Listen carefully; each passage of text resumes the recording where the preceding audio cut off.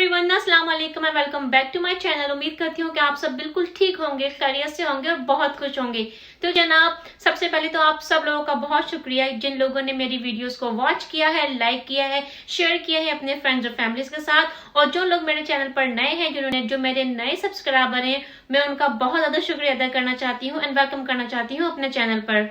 तो जनाब, अब बात करते हैं हम आज के ब्लॉग पर, आज के टॉपिक पर। तो जनाब, आज का जो टॉपिक है वो है किचन को क्लीन करने का टॉपिक। हम घर को तो बहुत आसानी से क्लीन कर लेते हैं, ऑर्गेनाइज भी कर लेते हैं और हमारे घर की जो क्लीनिंग है वो काफी दिन तक क्लीन भी रहती है और घर भी हमारा ऑर्गेनाइज रहता है। लेकिन प्रॉब्लम होती है हमको किचन को हमेशा क्लीन रखने पर, क्योंकि किचन को क्लीन रखना, किचन को ऑर्गेनाइज रखना सम टाइम थोड़ा सा ट्रिकी हो जाता है, थोड़ा सा मुश्किल हो जाता है। बहुत देर तक, बहुत लंबे टाइम तक क्लीन नहीं रह पाता, क्योंकि हमारी जो कुकिंग होती है हम उसमें ऑयल का यूज करते हैं, काफी सारे स्पाइसेस होते हैं हमारे पास और हम अपने किचन में 2 to 3 मील्स एवरीडे कुक करते हैं। तो मैं आपके साथ आज वो सारी बातें शेयर करूंगी जिनको मैं खुद पर्सनली फॉलो करती हूँ, जो मेरी डेली रूटीन का हिस्सा है, जो मेरी रोज की हैबिट्स हैं, जिनको फॉलो करके मेरा किचन क्लीन रहता है और मुझे बार बार डीप क्लीनिंग या बार बार क्लीनिंग करने की जरूरत नहीं पड़ती है। तो चलिए फिर without wasting a time let's start the video guys. मैं आपके साथ वो सारी बातें शेयर करूंगी जिनको मैं खुद फॉलो करती हूँ और उनको फॉलो करके मैं अपने किचन को रखती हूँ क्लीन। तो स्टार्ट करते हैं मेरे इस छोटे से कंटेनर के साथ। इसके अंदर वो 2-3 चीज़ें हैं जो मैंने स्टोर की हैं, जिनसे मैं मोस्ट लाइकली क्लीनिंग करती हूँ। बड़ी सिंपल सी चीज़ें हैं। ये एक जो स्टील का जो हमारा स्क्रबर होता है ये वो है, और इसके अलावा यहाँ पर मिलता है SOS के एक स्पंजेस होते हैं, वो मैंने यहाँ पे सेव किए हैं। और फिर मैं क्या करती हूँ, जो हमारे पास जो पुरानी हमारी टी-शर्ट्स वगैरह होती हैं वो मैं सेव कर लेती हूँ, उनके छोटे-छोटे पीसेस कर लेती हूँ जो बहुत यूज़फुल होते हैं क्लीनिंग के लिए, हैवी क्लीनिंग के लिए। ग्लव्स मस्ट हैं, ग्लव्स आप ज़रूर यूज़ किया करें जब भी कोई स्टेप की क्लीनिंग करते हैं आप। इसके अलावा बहुत सारे मैंने स्पंजेस यूज़ किए हैं, लेकिन जो मेरा फेवरेट क्लीनिंग का जो स्पंज है और डिश वॉशिंग का जो स्पंज है वो है ये स्कॉच ब्राइट का जो ग्रीन और येलो वाला स्पंज होता है। ये बहुत अच्छा होता है, मैं हमेशा यही स्पंज यूज़ करती हूँ। तो सबसे पहले किचन में जो हमारा सबसे ज़्यादा जो नोटिस होने वाली चीज़ है वो होता है हमारा एग्जॉस्ट फ़ैन। तो एग्जॉस्ट फ़ैन का साफ़ होना, क्लीन होना बहुत ज़रूरी है, और जिसको मैं रोज़ाना क्लीन करती हूँ। ईच एंड एवरी कुकिंग के बाद हल्का सा मैं उसको किचन टावल से या वाइप से क्लीन कर देती हूँ। लेकिन मैं इस तरह से 10 डेज़ में या 2 वीक्स में एक दफ़ा डीप क्लीनिंग करती हूँ, और उसके लिए मैं सिर्फ जो मैंने आपको स्टील का स्क्रबर दिखाया है वो यूज़ करती हूँ सोप के साथ। लेकिन आप लोग इस बात का ख़ास ख्याल रखिएगा, जो मेटल स्क्रबर आप यूज़ करेंगे अपने अप्लाइंसेस को क्लीन करने के लिए, ख़ासकर एग्जॉस्ट फ़ैन को क्लीनिंग के लिए, जो स्क्रबर हो वो पुराना हो, ओल्ड हो। उससे क्या होगा, जब हम डिश वॉशिंग कर लेते हैं, डिश वॉशिंग करने की वजह से जो हमारा जो मेटल का जो स्क्रबर होता है वो सॉफ्ट हो जाता है और वो इतना हार्श नहीं होता, इतना स्ट्रॉन्ग नहीं होता। उसके जो एजेस होते हैं वो काफ़ी हद तक सॉफ्ट हो जाते हैं। तो मैं ये तरीका काफ़ी टाइम से यूज़ करती आई हूँ, और इस तरह से मैं इसको बहुत ज़्यादा स्लोली स्क्रब करती हूँ अपने एग्जॉस्ट फ़ैन पर भी और अपने स्टोव पर भी। जैसा कि आप देख रहे हैं, मेरे पास जो मेरा एग्जॉस्ट फ़ैन है वो स्टेनलेस स्टील का है, और ये तरीका मैं काफ़ी टाइम से यूज़ कर रही हूँ, और आज तक मेरे एग्जॉस्ट फ़ैन पे कोई स्क्रैच नहीं आया, जिस तरह से मैंने आपको क्लोज़अप दिखा दिया था। अगर आप ये वाला मेथड पहली दफ़ा यूज़ कर रहे हैं, फर्स्ट टाइम यूज़ कर रहे हैं, तो बहुत ही एहतियात से कीजिएगा। ऐसा ना हो कि आपके स्टेनलेस स्टील अप्लायंसेस के ऊपर कोई स्क्रैच पड़ जाए। तो पहली दफ़ा कर रहे हैं तो बहुत एहतियात से यूज़ करें। पहले थोड़ा सा पैच टेस्ट कर लीजिए किसी जगह पर। अगर आपको लगता है कि आपके अप्लायंसेस पे कोई स्क्रैच नहीं हो रहा, तो ही आप ये मेटल का स्क्रबर यूज़ कीजिएगा। और अगर ये नहीं करना चाहते हैं तो इसके अलावा जो रेगुलर जो ग्रीन वाला स्कॉच ब्राइट का जो स्क्रबर होता है, आप उससे भी बहुत सॉफ्टली अपने अप्लायंसेस को हल्का सा स्क्रब कर सकते हैं। लेकिन ध्यान रखिएगा, बहुत ज़्यादा सॉफ्टली आपको, बहुत लाइट हैंड से ही आपको हल्का सा स्क्रब करना है। और स्क्रब करने के लिए मैं सिर्फ यहाँ पे रेगुलर सोप यूज़ कर रही हूँ मैं डिश वॉशिंग के लिए, और इस तरह के क्लीनिंग के लिए सिर्फ 2 ही डिश वॉशिंग जो लिक्विड सोप होते हैं वो यूज़ करती हूँ। एक होता है डॉन का और एक होता है पामोलिव का। जिस तरह से आप देख रहे हैं, मेरा पूरा जो क्लीनिंग का प्रोसेस है उसमें मैंने सिर्फ ये हल्का सा जो मेटल का स्क्रबर है, इसी को मैंने बहुत लाइट हैंडेड स्क्रब किया है। और इसको स्क्रब करने के बाद ये जो मेरे पास एक्स्ट्रा जो टी-शर्ट के जो मेरे पीसेस होते हैं जिनको मैंने कट करके रख लेती हूँ, उनसे मैं इसको अच्छी तरीके से वाइप कर लूँगी। यहाँ पर मैंने स्टोव की क्लीनिंग में आपको ये वाला टूल शो किया है, जो आपको किसी भी अच्छे हार्डवुड के स्टोर पे मिल जाएगा। ये स्क्रबर होता है, आप इससे किसी भी किस्म का कोई भी, अगर आपके स्टोव पे कोई चीज़ स्टक हुई हुई हो, कोई फूड के पार्टिकल हो, आप इससे ईज़िली इसको स्क्रब कर सकते हैं। और ये टूल ख़ासकर स्टोव के लिए ही होता है, इससे आपके स्टोव पे बिल्कुल भी स्क्रैच नहीं पड़ेगा। लेकिन फिर भी मैं आपको दोबारा रिपीट कर देती हूँ, अगर आप इन टूल्स में से कोई भी चीज़ फर्स्ट टाइम यूज़ कर रहे हैं तो बहुत एहतियात के साथ यूज़ कीजिएगा।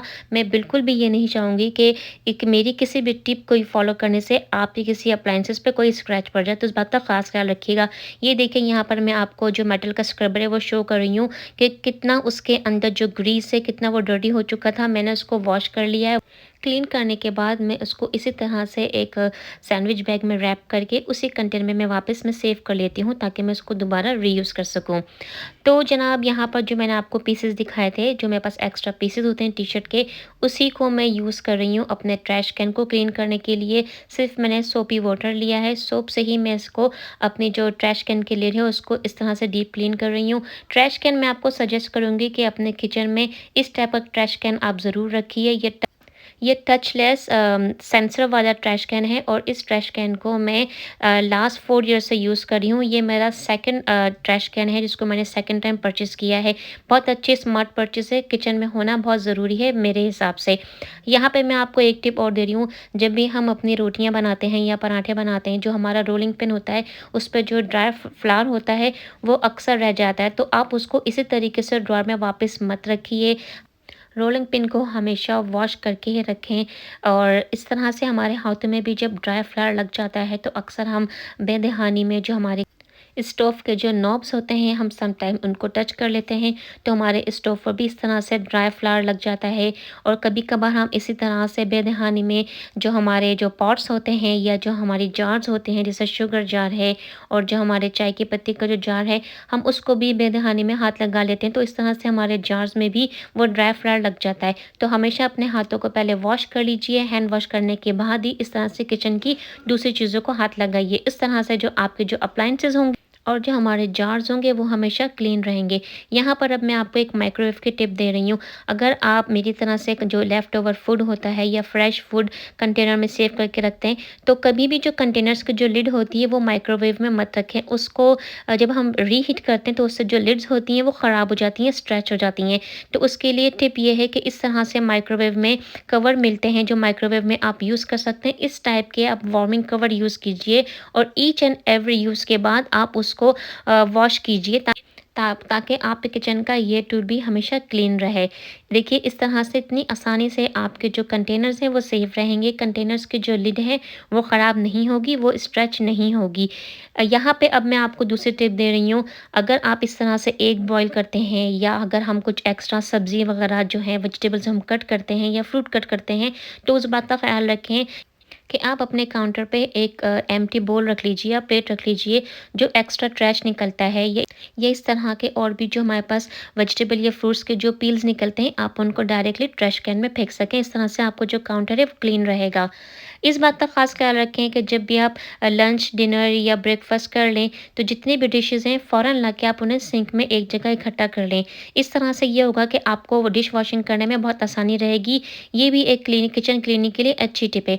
अगर आप मेरी तरह से किचन में इस तरह के टूल्स यूज़ करते हैं जो ब्रास के हैं, तांबे के हैं या पीतल के हैं और वो ख़राब हो गए हैं, उसमें सम टाइम रस्ट लग जाता है, या इस तरह से जिसे आप देख रहे हैं बार-बार यूज़ करने से इन पॉट्स या पैन्स की जो शाइन होती है वो ख़राब हो जाती है, तो उसके लिए यहाँ पर मैं आपको एक बहुत अच्छी सी टिप दे रही हूँ।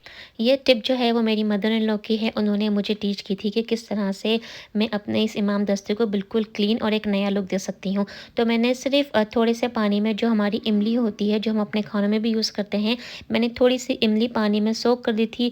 जब उसका इमली का एक अच्छा सा पेस्ट बन गया, उस पेस्ट को मैं इस तरह से मेटल के स्क्रब की हेल्प से इस पे स्प्रेड कर रही हूँ। हल्का-हल्का मैं इसको रब कर रही हूँ और देखें, रब करते के साथ ही जो ये मेटल है वो कितनी आसानी से बिल्कुल चमक उठा है। इसमें जो पहले डलनेस मैंने आपको दिखाई थी और जो मार्क थे वो इतनी आसानी से निकल चुके हैं और ये बिल्कुल एक ब्रांड न्यू हो चुका है। तो मैं अपने इस इमाम दस्ते को इसी तरीके से क्लीन करती हूँ।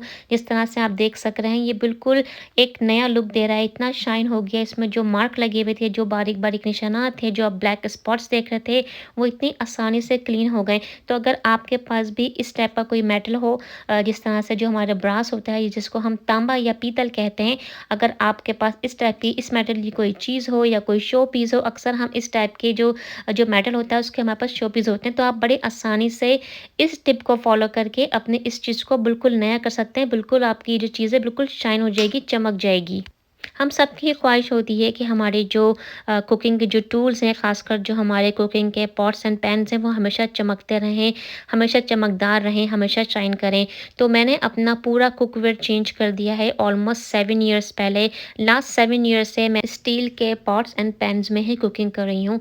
तो मेरे पास बहुत तरह के डिफ़रेंट डिफ़रेंट ब्रांड्स के स्टील के ही कुकवेयर हैं और यकीन जानिए इनके अंदर कुकिंग करना इतना ईज़ी है, कोई भी चीज़ इसमें स्टक नहीं होती है। आज तक मेरा कोई भी फूड इसमें बर्न नहीं हुआ है, कोई फूड इसमें जला नहीं है। और इसके साथ जो मैं यूटेंसिल्स यूज़ करती हूँ वो मैं स्टील के यूज़ नहीं करती हूँ। इस तरह के ये सिलिकॉन के स्पून्स होते हैं, स्पैचुला होते हैं, वो मैं यूज़ करती हूँ। जिस तरह से आप देख रहे हैं यहाँ पर मैंने राइस बनाए थे इस स्टील के पॉट में। इसमें मेरे राइस कोई स्टक नहीं हुए, कोई चिपके नहीं है। बड़े आसानी से मैंने आपके सामने ही राइस को अपने स्टोरेज कंटेनर में निकाल दिया है। वॉश करना भी इन पॉट्स को बहुत ईजी होता है। बड़ी आसानी से आप इन पैन्स को, पॉट्स को रेगुलर स्क्रब की हेल्प से ही, रेगुलर सिर्फ सोप की हेल्प से ही बड़ी आसानी से इनको आप वॉश कर सकते हैं और इनकी शाइन जो है वो बिल्कुल वैसे ही बरकरार है। इसमें कोई स्क्रैच नहीं हुआ है। आप देख रहे हैं ये पैन है जिसको मैं काफ़ी दफ़ा यूज़ कर चुकी हूँ। अगर आप में से किसी को इस टॉपिक पे डिटेल में वीडियो चाहिए होगी मुझे ज़रूर बताइएगा, मैं फिर आपके साथ डिटेल में वीडियो ज़रूर शेयर करूँगी। लेकिन यहाँ पर मैं आपसे एक बात ज़रूर शेयर करना चाहूँगी, बहुत ज़्यादा सेफ़ है स्टील के कुकवेयर में कुक करना या स्टील के ट्राई प्लाई कुकवेयर में कुक करना। मैं लास्ट 7 ईयर्स से अपने सारा जो कुकवेयर है वो चेंज कर चुकी हूँ और अब मैं जितनी भी कुकिंग करती हूँ वो मैं स्टील के पॉट्स एंड पैन में करती हूँ। मेरे पास 1 या 2 नॉन स्टिक के पैन्स हैं लेकिन मैं उनमें बहुत ही कम कुकिंग करती हूँ। ज़्यादातर अगर मुझे हाफ़ फ्राई एग वगैरह कुक करना होता है तो ही मैं नॉन स्टिक के पैन्स यूज़ करती हूँ। तो ज़रूर मुझे बताइए अगर आप में से कोई भी कुकवेयर पे चाहता है कि मैं डिटेल में वीडियो बनाऊँ तो मैं ज़रूर आपके साथ सारी इन्फॉर्मेशन शेयर करूँगी। इसके अलावा मेन टिप, हमेशा अपना जो फ्रिज है, जो रेफ्रिजरेटर है उसको हमेशा क्लीन रखें और रोज़ाना ही आपको इसको क्लीन करना चाहिए क्योंकि हम दिन में बहुत दफ़ा अपने फ्रिज को ओपन करते हैं, क्लोज़ करते हैं और हमारे हाथ इस पे लग जाते हैं, हमारी फिंगरप्रिंट्स इस पे जो हैं समटाइम्स आ जाती हैं। तो मैंने यहाँ पर रेगुलर क्लीनर लिया है, आप किसी भी क्लीनर से अपने फ्रिज को क्लीन कर सकते हैं। यहाँ पर मैं आपको नाइफ़ शो कर रही हूँ। डेली यूज़ में नाइफ़ हम यूज़ करते हैं तो नाइफ़ पर इस तरह से मार्क आ जाते हैं। तो उसके लिए बड़ी सिंपल से टिप है, आप एक नाइफ़ को दूसरे नाइफ़ की हेल्प से ही इस तरह से आप इसको स्क्रब कर सकते हैं। हल्का सा किसी भी स्पंज की हेल्प से आप उसको जब स्क्रब करेंगे तो आपके जो नाइफ़ है वो बिल्कुल क्लीन हो जाएंगे। लेकिन आपको ये काम बहुत एहतियात से करना है क्योंकि जो हमारे नाइफ्स होते हैं वो काफ़ी शार्प होते हैं। तो इस टिप को फॉलो करने में बहुत एहतियात कीजिएगा और ख़्याल कीजिएगा कि आप अपने आप को किसी तरह से नुकसान ना पहुँचा सकें। इसके अलावा अगर आप भी मेरी तरह से स्टील के पॉट्स एंड पैन्स यूज़ करते हैं तो यहाँ पर मैं आपको बड़ा अच्छा सा मैजिकल क्लीनर दिखा रही हूँ। ये इस तरह के टॉयलेट बोल क्लीनर होते हैं, ये बिल्कुल सेफ़ होते हैं। आप इनको इस तरह से अपने डिश वॉशिंग में यूज़ कर सकते हैं लेकिन आप इनको यूज़ करने के लिए या तो ग्लव्स का यूज़ करें। यहाँ पे मैंने ग्लव्स इसलिए नहीं पहने कि यहाँ पर मैं इसको बिल्कुल भी टच नहीं करूँगी। मेरे पास इस तरह का ब्रश है, मैं सिर्फ इस क्लीनर को ब्रश की हेल्प से ही स्प्रेड कर दूँगी और मैं इसको 10 to 15 मिनट्स के लिए इसी तरह से छोड़ दूँगी और फिर उसके बाद मैं वॉश कर लूँगी। तो ये बहुत अच्छे टिप है। इसके अलावा अगर आपके पास स्टील की कोई भी चीज़ है जो आपके किचन में है, जैसे हमारे पास चाय की जो छन्नी होती है जिससे हम चाय को स्ट्रेन करते हैं, उसमें भी मैं ये क्लीनर यूज़ करती हूँ जैसे मैं यहाँ पे आपको दिखा रही हूँ। इस तरह से जो हमारी चाय की जो छन्नी होती है वो अक्सर उसमें ब्लैक स्पॉट्स रह जाते हैं। हम उसको कितना भी साफ़ करें, हम उसको स्क्रब से कितना स्क्रब करें वो स्क्रब नहीं होते। इस तरह से मैंने यहाँ पे अपने 2 स्पून्स हैं जिनको मैं हमेशा सिर्फ चाय के लिए यूज़ करती हूँ, तो वो भी अक्सर इस तरह से ब्राउन हो जाते हैं, उनमें हल्के-हल्के से स्पॉट्स हो जाते हैं। तो इस तरह से मैं उन पे सिर्फ ये क्लीनर लगा के छोड़ देती हूँ। और जैसे आप यहाँ देख रहे हैं, यहाँ पे ये मेरी रोटी बनाने का चिमटा है। ये भी अक्सर हमारा आगे से जो इसकी पॉइंट होती है हल्का सा ब्राउन हो जाता है, उसमें हल्का सा एक डिस्कलरेशन सी आ जाती है। तो मैं ये क्लीनर इस तरह से अपने सिर्फ स्टील के पॉट्स एंड पैन्स पे लगा देती हूँ और 15 मिनट्स के बाद इसको रिंस ऑफ कर देती हूँ, जिससे आपके जो पॉट्स हैं पैन से बिल्कुल नए हो जाएंगे, बिल्कुल शाइन करने लगेंगे और आपको बिल्कुल भी मेहनत नहीं करनी पड़ेगी। लेकिन इस बात का ख़ास ख्याल रखिएगा कि ये क्लीनर यूज़ करने से पहले आपको हमेशा ग्लव्स यूज़ करने हैं, ताकि आपके जो हाथों की स्किन है वो बिल्कुल भी ख़राब ना हो, क्योंकि ये क्लीनर बहुत ज़्यादा स्ट्रॉन्ग होते हैं। अब मैं आपको नेक्स्ट टिप दे रही हूँ। जहाँ पे हम अपने कैबिनेट्स में ऑयल और घी अपना स्टोर करते हैं, वहाँ पे अक्सर ऑयल जो है हमारा लीक हो जाता है। उसके लिए मैं आपको ये कहूँगी, इस तरह से आप थिक कोई पेपर ले लीजिए, कोई किचन टॉवल ले लीजिए, या कोई अपनी कोई ट्रे ले लीजिए जिसके अंदर आप ये अपने ऑयल की बॉटल्स या ऑयल के कंटेनर स्टोर करें। उससे क्या होगा कि आपका जो कैबिनेट हमेशा क्लीन रहेगा। और यहाँ पर मैं आपको एक बहुत अहम टिप दे रही हूँ, हमेशा अपने किचन में इस तरह से टॉवल रखें जिसको आप वेट यूज़ कर सकें। अगर कोई भी चीज़ आपके काउंटर पे गिर जाए तो आप उसको फ़ौरन क्लीन कर लें और इस टॉवल को दोबारा वॉश कर लें। तो गाइस, ये था आज का व्लॉग। उम्मीद करती हूँ कि आपने इस वीडियो को पसंद किया होगा। ये वीडियो आपको यूजफुल लगी होगी, अच्छी लगी होगी। ये सारी टिप्स आप अपने किचन में फॉलो कर सकते हैं, जिनको फॉलो करके आप अपने किचन को बना सकते हैं क्लीन। और इन सारी बातों को फॉलो करके आपको बार बार अपने किचन को डीप क्लीन नहीं करना पड़ेगा, आपको बार बार अपने किचन को क्लीन करने की जरूरत नहीं पड़ेगी। गाइज, अगर वीडियो से रिलेटेड आपको कोई भी क्वेश्चन हो, अगर आप मुझसे किसी प्रोडक्ट के बारे में कोई क्वेश्चन करना चाहते हैं, तो आप मुझे कमेंट बॉक्स में मैसेज कर सकते हैं, मैं आपके क्वेश्चन का जरूर आंसर दूंगी। तो गाइज, वीडियो अच्छी लगी हो तो वीडियो को लाइक जरूर कीजिएगा, शेयर कीजिएगा अपने फ्रेंड्स और फैमिली के साथ। अगर आप लोग मेरे चैनल पर नए हैं और आपको मेरी वीडियोस अच्छी लग रही हैं तो गाइज प्लीज मेरे चैनल को सब्सक्राइब कीजिए, शेयर कीजिए अपने फ्रेंड्स और फैमिली के साथ। अपना बहुत सारा ख्याल रखें। नेक्स्ट व्लॉग में बहुत जल्द आपसे मुलाकात होगी एक अच्छे से नए कॉन्टेंट के साथ। अल्लाह हाफिज।